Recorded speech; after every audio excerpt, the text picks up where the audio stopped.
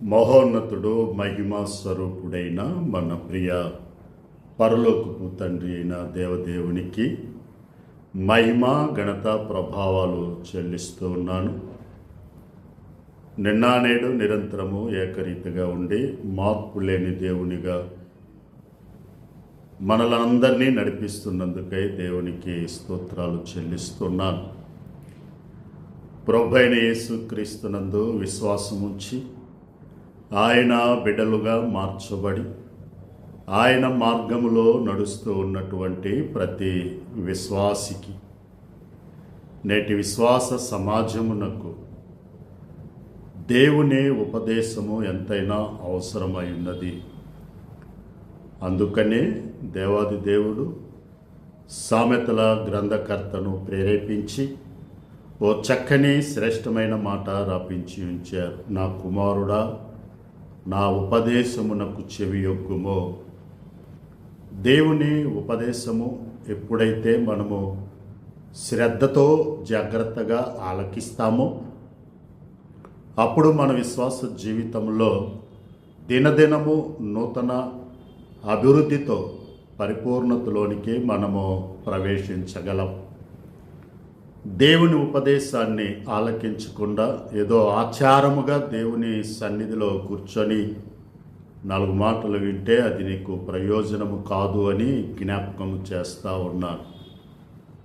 దేవుని యందు మీరు విశ్వాసం ఉంచుటను బట్టి ప్రభువులో నాకు మీరు ప్రియులైనందు చేత మిమ్మల్ని కూడా ప్రభు నామంలో అభినందిస్తూ మీకు శుభవందనములు తెలియచేస్తూ నేటి దేవుని ఉపదేశమునకు మిమ్మల్ని ఆహ్వానిస్తూ ఉన్నాను.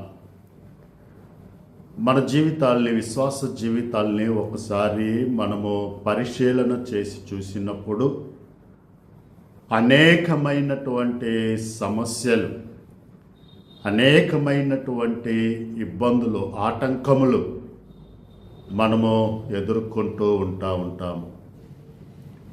ఎందుకు ఎటువంటి పరిస్థితి మనకు ఎదురవుతుంది అని మనము ఆలోచన చేస్తే ఒక జీవితాన్ని ఉదయకాలము ఉదాహరణగా మనము ధ్యానము చేస్తే ఈ మన ప్రశ్నకు సమాధానము దొరుకుతుంది. ప్రియులారా, పరిశుద్ధ గ్రంథములో నుండి యోనా గ్రంథాన్ని మనము చూచినప్పుడు 1వ అధ్యాయము 4వ వచనాన్ని మనము చదువుకుంటే అందులో ఇలాగూ రాయబడి ఉన్నది. చదువుతున్నాను, జాగ్రత్తగా వినండి. అయితే యెహోవా సముద్రం మీద పెద్ద గాలి పుట్టింపగా సముద్రమందు గొప్ప తుఫాను రేగి ఓడ బద్దలైపోవు గతి వచ్చెను. ఇందులో మనం ఒక సమస్యను చూస్తున్నాం. సముద్రంలో ఓడ ప్రయాణము చేస్తూ ఉంది. అందులో అనేక రకములైనటువంటి ప్రజలు ఉన్నారు. దేవుని యందు విశ్వాసం ఉంచిన వ్యక్తి కూడా అక్కడ ఉన్నాడు. వారి ప్రయాణంలో ఒక సమస్య, ఏమిటా సమస్య అనంటే గాలి తుఫాను రేగింది. ఎందుకు రేగింది అక్కడ మనము చూస్తాము కదా. అప్పుడు యెహోవా దేవుడే ఈ సమస్యను సృజించి ఈ సమస్యను కలుగ చేసి ఉన్నారు. విశ్వాసుల జీవితంలో దేవుడు ఎందుకు సమస్యలు కలుగ చేస్తూ ఉంటారు అనంటే దేవుని వైపు నుండి నేను ఒక విషయాన్ని మీకు జ్ఞాపకం చేస్తాను. హెబ్రీ పత్రిక 12వ అధ్యాయము 6 నుండి మనము చూసుకుంటే, తాను ప్రేమించు కుమారుని శిక్షించును, తాను స్వీకరించు కుమారుణ్ణి దండించును. ఇది దేవుని యొక్క గొప్ప ప్రేమ మనకు తెలియచేస్తూ ఉంది. ఎవరినైతే ఆయన ప్రేమిస్తూ ఉంటారో వారిని గద్దించి శిక్షించే దేవుడు. ఎందుకు? సరిచేసి స్వీకరించటానికి. తిరిగి మరల తన మార్గములోనికి మళ్ళించుకోవటానికి దేవుడు ఈ విధముగా సమస్యను కలుగ చేస్తూ ఉంటారు. మరి యోనా గ్రంథము 1వ అధ్యాయం 4వ వచనంలో మనం చదువుకున్న వాక్య భాగము యొక్క ఉద్దేశము, భావము అదే. యోనా దేవుని మార్గమును తప్పి ఉన్నాడు.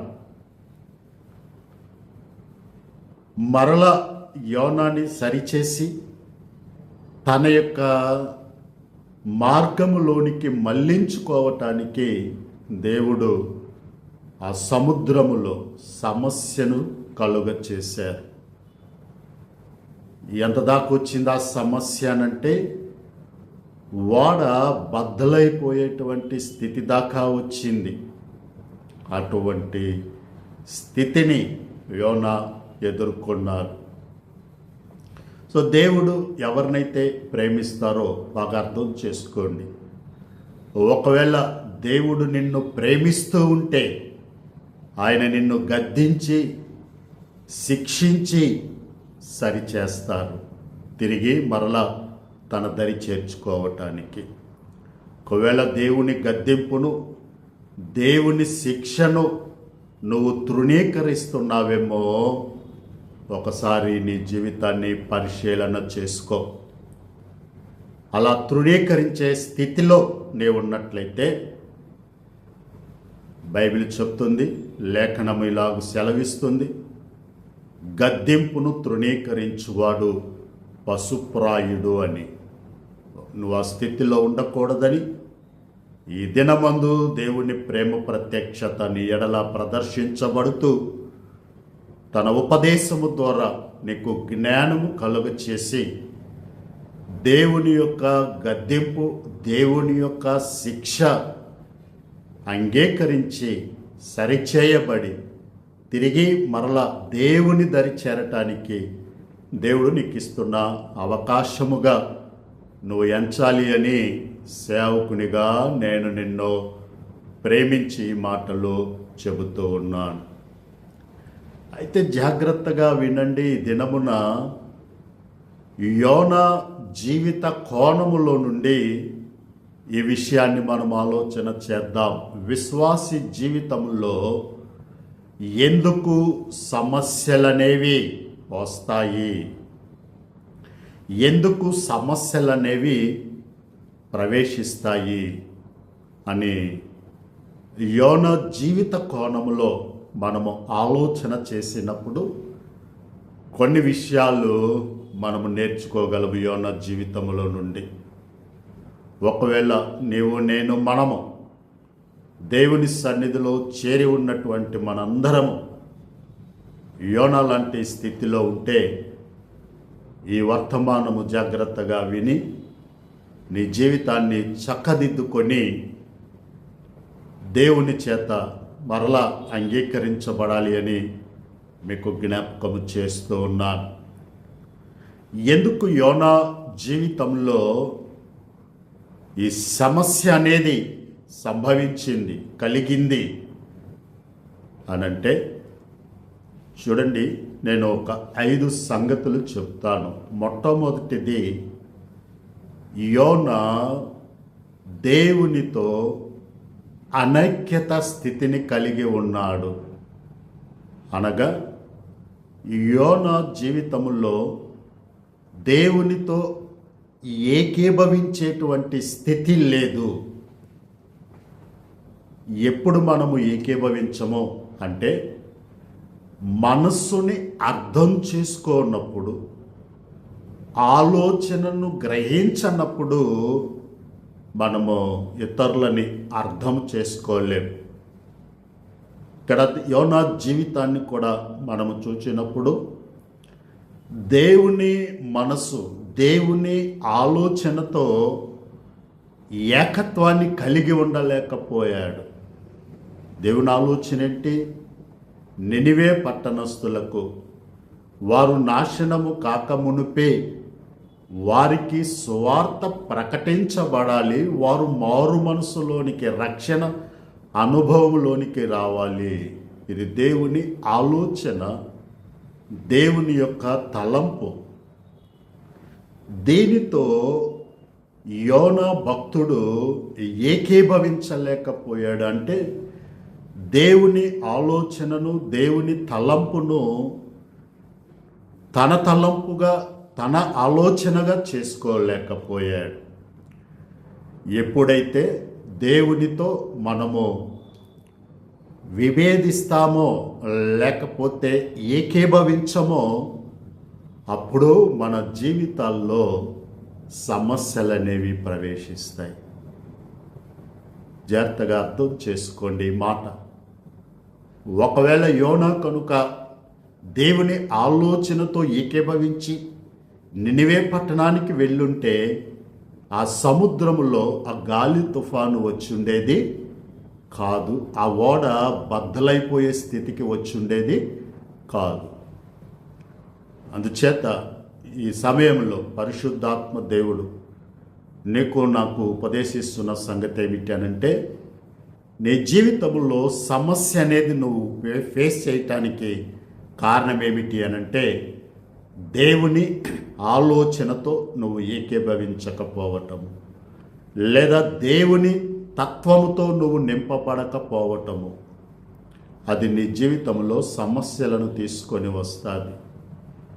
అందుచేత సేవకునిగా నేను నీకేమి జ్ఞాపకం చేస్తున్నానంటే, ప్రియులారా, దేవుని ఆలోచనతో నువ్వు ఏకీభవించి దేవుని తత్వాన్ని కలిగి దేవుని ఆలోచనతో సమతూకమైన ఆలోచనను కలిగి ఉంటే నీ జీవితంలో సమస్య అనేది రాదు అని నేను జ్ఞాపకం చేస్తూ ఉన్నాను. రెండవ సంగతి ఏమిటి?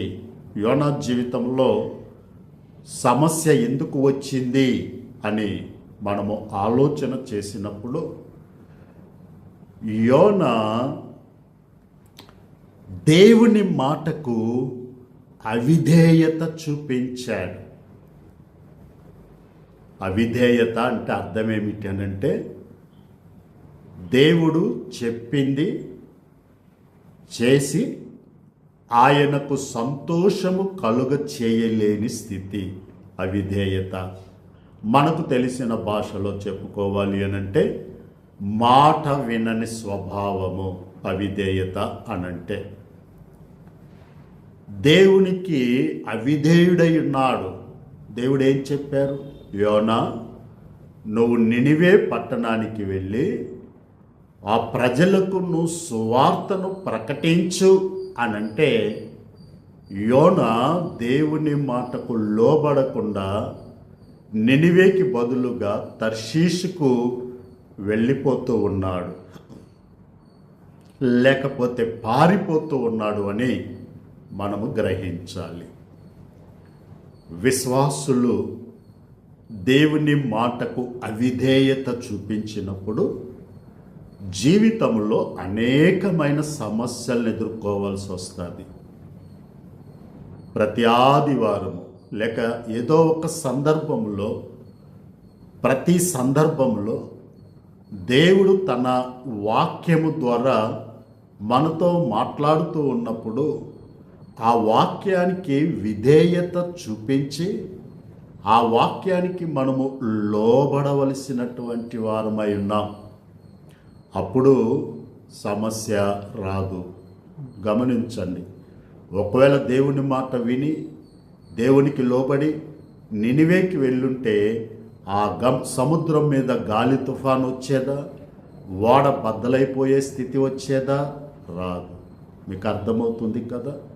ఎప్పుడైతే దేవుని పిల్లలమైన మనము మన దేవుని మాటకు అవిధేయత చూపిస్తామో జీవితంలో సమస్యలు అనేవి మనము ఎదుర్కోవాల్సి వస్తుంది. సమూయేలు తన గ్రంథంలో ఈ విధముగా రాస్తూ ఉన్నారు, మాట వినుట శ్రేష్టము, మాట వినుట శ్రేష్టము. దేవుని మాట విన్న భక్తులను పరిశుద్ధ లేఖనంలో మనము చూస్తాం. కేవలం వారి గురించి మనం చెప్పుకోవటం కాదు, కానీ మన జీవితాలు కూడా అలా ఉండాలి.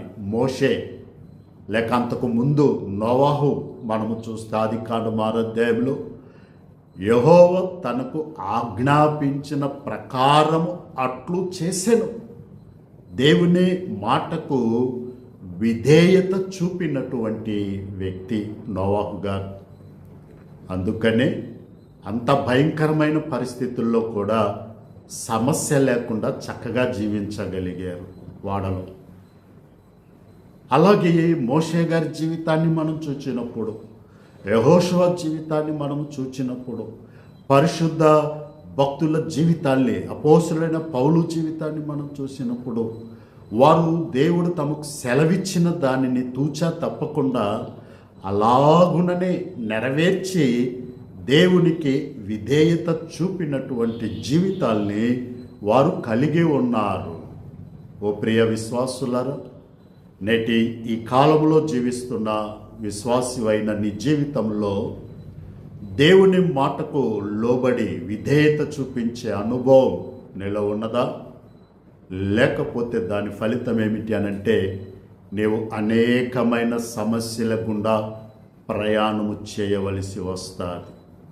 ఆ సమస్యలు ఎక్కడి దాకా నిన్ను తీసుకువెళతాయనంటే, ఇదిగో ఓడ బద్దలైపోయే స్థితి దాకా నిన్ను తీసుకొని వెళతాయి. సో దేవుని మాటకు విధేయత చూపటము నేర్చుకోవాలి అని దేవుని సేవకునిగా మిమ్మల్ని ప్రేమించి మిమ్మల్ని ప్రోత్సహిస్తూ ఉన్నాను. మీ జీవితంలో సమస్యలు అనేవి రాకుండా ఉండటానికి. మూడవ మాట నేను మీకు జ్ఞాపకం చేస్తాను. ఎందుకు యోనా జీవితంలో సమస్య వచ్చింది, తన ప్రయాణంలో అంత గొప్ప సమస్యను ఎదుర్కొన్నాడు అని అంటే, యోనా అక్రమ మార్గములో ప్రయాణం చేస్తున్నాడు. ఇప్పుడు దాకా నేను 2 విషయాలు చెప్పాను. దేవునితో అనైక్యత కలిగి ఉన్నాడు, ఐక్యత లేదు, విభేదిస్తున్నాడు. రెండవది, దేవునికి విధేయత చూపలేదు, అవిధేయుడై జీవిస్తున్నాడు.